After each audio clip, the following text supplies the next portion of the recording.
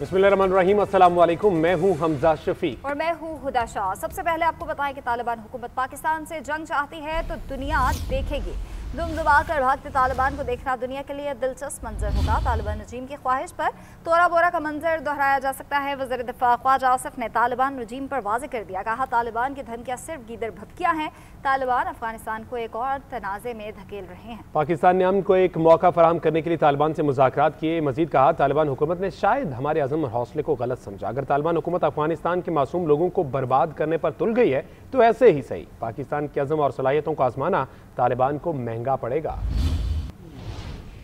वज़ीर दिफा ख्वाजा मोहम्मद आसिफ का पाक अफगान मुज़ाकरात की नाकामी पर शदीद रद्द-ए-अमल। सोशल मीडिया पर पैगाम में कहा कि अफगान तालिबान की धोखाधही कबूल नहीं। पाकिस्तान किसी भी दहशत गर्दाना या खुदकुश हमले को बर्दाश्त नहीं करेगा। अगर वो लड़ना चाहते हैं तो दुनिया देखेगी। हम उन्हें दोबारा गारों में भेजने की सलाहियत रखते हैं। ख्वाजा आसिफ ने कहा कि अफगान हुकाम के जहरीले बयानात तालिबान की बदनीयत सोच का मजहर है। सल्तनतों का कब्रिस्तान सिर्फ अफगान अवाम की तबाही का निशान है। किसी भी मुहिम जोई का जवाब सख्त और कड़वा होगा। तालिबान रजीम को चाहिए कि अपने अंजाम का हिसाब जरूर रखें। पाकिस्तान के अज़्म और सलाहियतों को आजमाना उनके लिए बहुत महंगा साबित होगा। वज़ीर दिफा ख्वाजा आसिफ ने मुज़ाकरात की नाकामी का जिम्मेदार भारत को करार दे दिया। कहा कि अफगान हुकूमत में भारत घुस बैठा है। पुतली तमाशा दिल्ली से कंट्रोल हो रहा है। भारत ने जंग में शिकस्त की जिल्लत मिटाने के लिए पाकिस्तान पर प्रॉक्सी वार मुसल्लत कर रखी है। वज़ीर दिफा ने भारत को खबरदार किया कि इस्लामाबाद की तरफ नजरबंद से देखा गया तो आंखें निकाल देंगे। पाकिस्तान और अफगान तालिबान के दरमियान इस्तांबुल मुज़ाकरात नाकाम। वफाकी वज़ीर इत्तलात अता तारड़ ने तस्दीक कर दी। कहा तालिबान ने शवाहिद के बावजूद सरहद पार दहशतगर्दी रोकने की कोई जमानत न दी। अफगान तालिबान ने इल्ज़ाम तराशी, टाल मटोर और हीरे बहानों का सहारा लिया।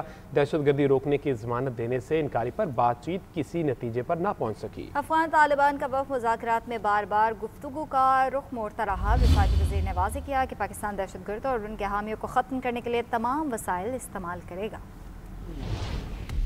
पाकिस्तान और अफगान तालिबान रजीम के इस्तांबुल मुज़ाकरात नाकाम। अफगान तालिबान का सरहद पार दहशतगर्दी रोकने की जमानत देने से इनकार। पाकिस्तान ने दहशतगर्दों और उनके हामियों को नेस्तो नाबूद करने का ऐलान कर दिया। तुर्किया में 4 रोज़ा मुज़ाकरात के बाद वज़ीर इत्तलात अता तारड़ ने सोशल मीडिया पर बयान में कहा कि बातचीत में काबिल अमल हल नहीं निकाला जा सका। पाकिस्तान ने अफगान सरजमीन को पाकिस्तान मुखालिफ दहशतगर्द तंजीमों के लिए इस्तेमाल होने से रोकने का मुतालबा किया। तालिबान ने शवाहिद के बावजूद सरहद पार दहशतगर्दी रोकने की कोई जमानत न दी। इल्ज़ाम तराशी और टाल मटोल का सहारा लिया। अफगान वफ़द ने बार बार गुफ्तगू के असल मसले से रुख मोड़ा और कलीदी नुक्ते से इनहराफ किया। पाकिस्तान ने जो शवाहिद पेश किए वो काफी और नाकाबिल तरदीद थे। वज़ीर इत्तलात अता तारड़ ने मजीद कहा कि तालिबान हुकूमत अफगान अवाम की नुमाइंदा नहीं। काबुल रजीम अपनी बका के लिए जंगी मईशत पर इन्हिसार करती है। तालिबान अफगान अवाम को गैर जरूरी जंग में धकेलना चाहते हैं। पाकिस्तान दहशतगर्दों और उनके हामियों को खत्म करने के लिए तमाम वसाइल बरोए कार लाएगा। वफाकी वज़ीर ने मुज़ाकरात में सहूलतकारी करने पर कतर और तुर्किया से ज़ाहिर तशक्कुर किया। दोनों मेज़बान ममालिक ने अफगान तालिबान रजीम को दहशतगर्द प्रॉक्सीज पाकिस्तान के खिलाफ लेवरेज के तौर पर इस्तेमाल करने से बाज रखने के लिए कायल करने की कोशिश की। सियासत या मजहब की आड़ में इंतहा पसंदी, हथियार उठाना और इमलाक जलाना काबिल कबूल नहीं। देखना चाहिए एक जमात के खिलाफ कार्रवाई की जरूरत क्यों पेश आई। पुरतशद्दद एहतजाज में पुलिस पर गोलियां चलाई गई। मुजरिम के साथ मुजरिम वाला सलूक किया जाएगा। इमरान खान अडियाला में बैठ कर ट्वीट कर रहा है कि 600 लोग जाँ बहक हो गए और ये वो शख्स था जिसने अपने दौर में मसाजिद में घुसकर लोगों को मारा था। जेल में 2 साल गुजर जाने के बावजूद आज भी वो इस चीज से बाज नहीं आया। वो अपने दौरे हुकूमत में कर रहा था।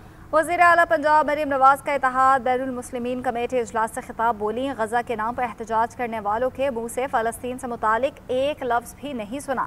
एहतजाज करने वाले असलहे और कीलों वाले डंडों से लेस थे। जब सियासी जमात हथियार उठाती है तो सियासी जमात नहीं रहती।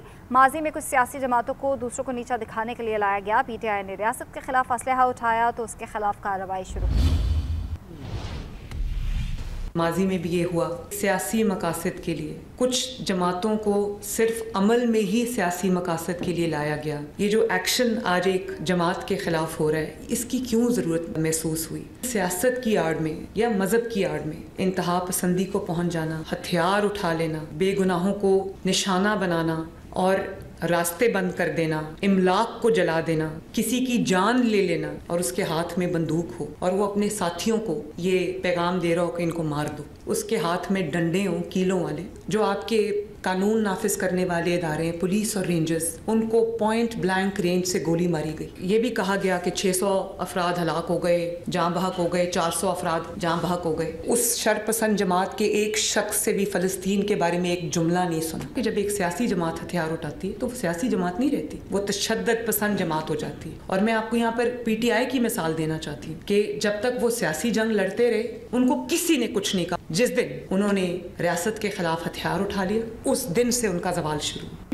Irfan Naziroglu, Ambassador of the Republic of Turkey to Pakistan, Mrs.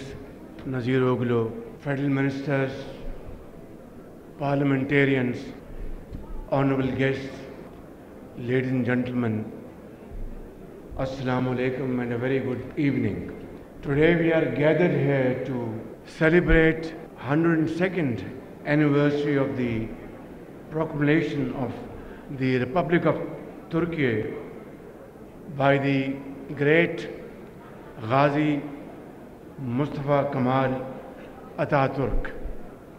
We are all celebrating this great day along with our Turkish brothers and sisters, not only in Islamabad but all over Pakistan. Here in Islamabad you would witness Turkish flags fluttering, and this reflects beyond any ray of doubt that our hearts beat with our Turkish brothers and sisters. Ladies and gentlemen,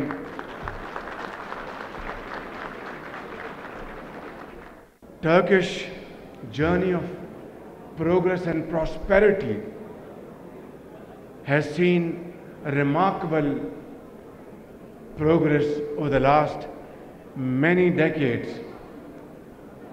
Ever since Turkish leader late Kemal Ataturk laid the foundation of modern Turkey, today President Tayyip Erdogan, my very dear brother, is a leading light of progress, development and resilience, not only in Turkey but around the globe, including Islamic countries. And this progress, this remarkable achievement couldn't have been possible without outstanding leadership displayed by my very dear brother, President Tayyip Erdogan. And today, modern Turkey is a reflection of modernity combined with Turkish heritage and culture and civilization. Ladies and gentlemen, our relations do not start from 1947. Our relations with Turkey go back centuries, and from the days of